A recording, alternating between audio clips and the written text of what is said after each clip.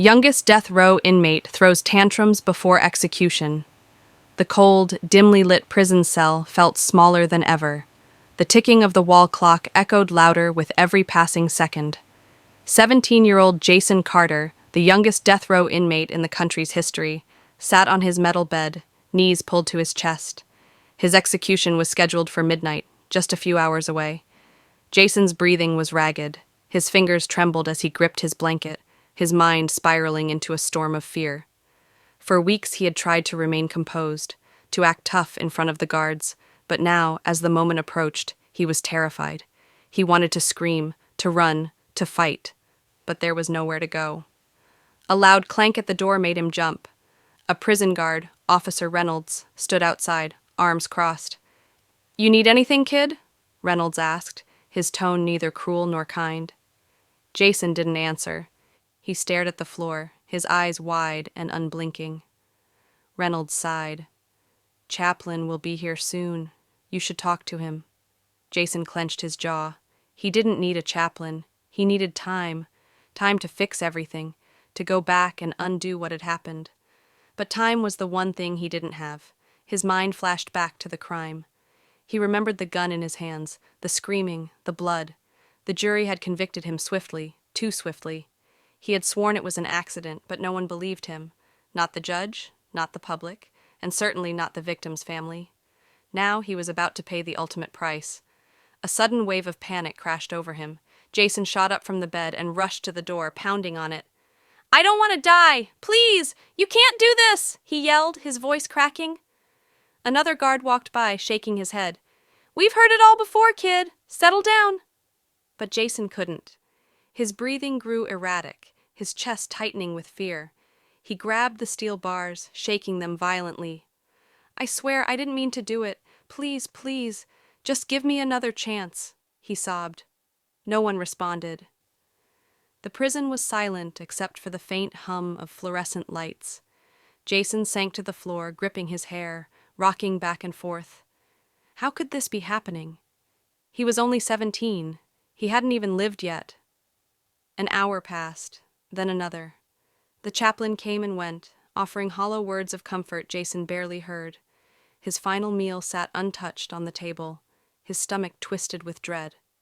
At 11:45 p.m., the guards returned. "It's time." Jason's legs felt like lead. As they shackled his wrists, he broke down completely, screaming, crying, thrashing against their grip. "No, please, I don't want to die." But the guards didn't stop. Step by step, they dragged him toward the execution chamber. The clock struck midnight. The walls of the prison cell felt like they were closing in. Jason Carter, just 17 years old, sat on the cold concrete floor, his body trembling. Only an hour remained before his execution. The weight of his fate pressed down on him like a crushing force, making it impossible to breathe. His heart pounded against his ribs, his mind racing in circles. This can't be happening. This isn't real. But it was real. The ticking clock, the guards outside his cell, the silence of death row. It was all real. A sudden wave of panic hit him like a storm. Jason jumped to his feet, rushing to the steel bars. "Please, I don't want to die!" he screamed, his voice raw and desperate. "Someone, stop this!" His hands gripped the bars so tightly his knuckles turned white. His entire body shook as he banged on the door, hoping someone, anyone, would listen. "I made a mistake! Please, I don't deserve this!" His cries echoed down the empty hallway, but no one answered. The guards had seen this before. To them, it was just another inmate facing the inevitable. Jason's breath came in short, ragged gasps. His vision blurred with tears, hot and relentless. He collapsed onto his knees, sobbing uncontrollably. "I'm just a kid," he whimpered. "I don't want to die." Memories flashed through his mind, his mother's voice, his childhood laughter, the day everything went wrong, the crime, the trial, the guilty verdict. A deep, painful howl escaped his throat. He started thrashing, kicking the bed, punching the walls, throwing whatever he could reach. "No, no, no, it's not fair," he wailed, his fists pounding against the floor. The guards remained unmoved, watching through the bars. One of them, Officer Reynolds, sighed and shook his head. "He's losing it," a younger guard muttered. "They all do," Reynolds replied. Jason's screams grew hoarse. His body ached from exhaustion, but his mind was drowning in terror. Every second that passed brought him closer to death, closer to the execution chamber, closer to the end. His sobs turned into broken whispers.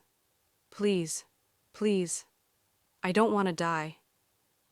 But the clock didn't stop, and no one came to save him. Jason Carter sat in the dim prison cell, his back against the cold wall, his arms wrapped around his knees. His execution was only 40 minutes away, but his mind was already somewhere else, lost in the past. A flood of memories crashed over him, pulling him back to a time before death row, before the crime, before everything fell apart. A broken home. Jason was 8 years old, sitting in the corner of a tiny, cluttered apartment, his hands over his ears as his parents screamed at each other. His mother, drunk and furious, threw a glass bottle across the room. His father, high on something Jason didn't understand, shoved her against the wall. "I hate you!" his mother shrieked. "Then leave!" his father snapped back. Jason didn't cry. He had learned long ago that tears didn't solve anything. Instead, he stared at the broken shards on the floor, knowing that by morning he'd be cleaning them up while his parents slept off their rage. A boy, trying to survive. By the time Jason was 12, he had stopped going to school regularly. No one noticed. No one cared. His father was in jail. His mother was drowning in alcohol. One night, Jason came home to find the electricity cut off. The fridge was empty. His mother was passed out on the couch, oblivious to the world. His stomach ached with hunger. He had no money, no food, no options. So, he did what he had to do. He stole. At first it was small, candy bars, snacks from the corner store, but as he grew older, the crimes grew bigger. Shoplifting turned into breaking into cars, then into robbing convenience stores. And then, one night, everything went too far. The night everything changed. Jason was 16, standing in the rain outside a liquor store, his hood pulled up, his hands trembling. His best friend, Tyler, handed him a gun. "Just point it at the guy," Tyler said. "Get the cash and run. Easy." Jason didn't want to do it, but hunger, fear, and desperation were stronger than hesitation. He stepped inside. The cashier, an old man, looked up at him. Jason raised the gun. His hands were sweaty. His heart was pounding. "Open the register." His voice shook. The old man didn't move fast enough. Jason's finger accidentally pressed the trigger. A gunshot rang out. The cashier collapsed, blood spilling across the floor. Jason froze, the gun slipping from his hands. "Run, Jason!" Tyler screamed. But Jason couldn't move. He just stood there, staring at what he had done. Back to the present. Jason gasped, snapping back to reality. Tears streamed down his face. It was an accident. He never meant to kill anyone, but the court hadn't believed him, and now, in just a few minutes, he would pay for it with his life. The air inside Jason Carter's cell was heavy with tension. His hands trembled as he gripped the edge of his thin mattress, staring blankly at the wall. 20 minutes until midnight. 20 minutes until his execution. A guard stood outside, watching him closely, while footsteps echoed down the long corridor of death row. Then, suddenly, Jason heard something. A sound he had been waiting for all day. Clank. The steel door slid open, and his lawyer, Emma Caldwell, rushed in, her face flushed with urgency. "Jason," she panted, "we're still fighting. We filed an emergency appeal with the governor. We might have a chance." Jason's heart leapt, then immediately sank. How many times had he heard this before? Every appeal had been rejected, every motion denied. What made this time any different? Is he going to stop it? Jason's voice was hoarse, almost too afraid to ask. Emma hesitated. That pause was enough. "They're reviewing it," she said carefully. "But we won't know until the last minute." Jason clenched his fists. "They don't care," he muttered. "They never did." Emma crouched beside him, gripping his hand. "I care. Your team cares. We know you never meant to kill that man, Jason. We know the system failed you. Jason swallowed hard. His mind flashed back to the crime, the trial, the moment the judge had read his death sentence. He had wanted to scream then, just like he wanted to scream now. A loud buzz echoed through the hallway. The guards stiffened. The execution team was ready. Jason panicked. No! No, please! You said they were reviewing it! He jumped up, gripping Emma's arms. You said we had a chance! Emma's eyes glistened with helplessness. We do, Jason, we do. But he could hear it in her voice. She wasn't sure anymore. A prison official entered, holding a clipboard. He didn't look at Jason, just at Emma. No stay of execution yet. We're proceeding as scheduled. Jason lost it. He lunged at the bars, shaking them violently. I don't want to die, he screamed, his voice cracking. I was just a kid. It was an accident. The official walked away. The guard stepped forward, unlocking his cell. Emma held back tears as Jason fought, begging, sobbing, pleading for his life. Then, just as they pulled him toward the door, the phone rang. Everyone froze. The warden reached for the receiver. Jason held his breath, his entire body trembling. A moment later, the warden hung up. He turned toward Jason, his face unreadable. The governor has made his decision. Silence filled the room. Jason's fate hung in the balance. Hope or hopelessness? The iron door of death row swung open with a deep, echoing clang. Jason Carter flinched at the sound, his entire body tense. Midnight had arrived. This was it. His final moments. The guards stepped into his cell, their expressions cold, mechanical. They had done this many times before. To them, he was just another name on a list. But to Jason, this was the end of everything.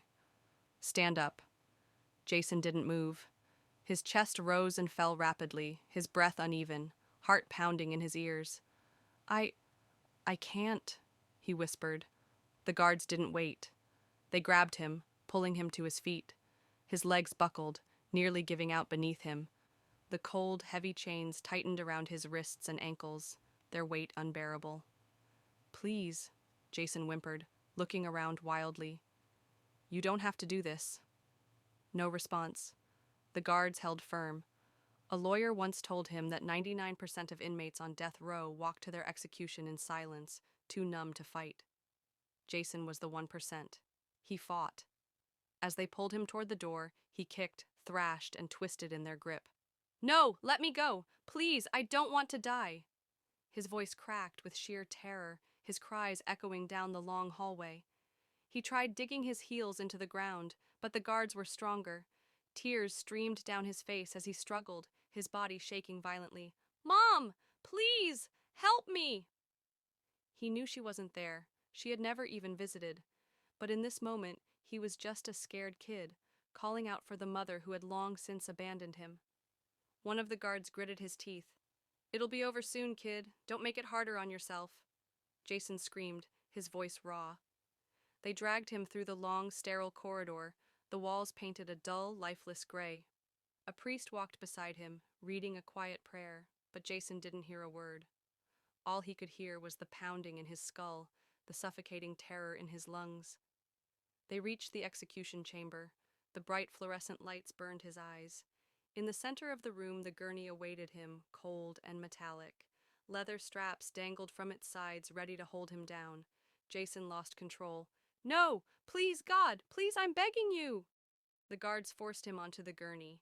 He kicked and bucked, trying to throw them off, but there were too many. The leather straps tightened around his arms and legs. He tried to move. He couldn't. His chest heaved as a nurse approached with the IV line. Jason sobbed uncontrollably. On the other side of the glass window, the witnesses watched in silence. Some were reporters, some were victims' family members. One was a prison official. No one looked at him with pity. As the executioner prepped the lethal injection, Jason gasped for air, panic gripping him like a vice. His body trembled, his vision blurred. This was it. The last walk was over.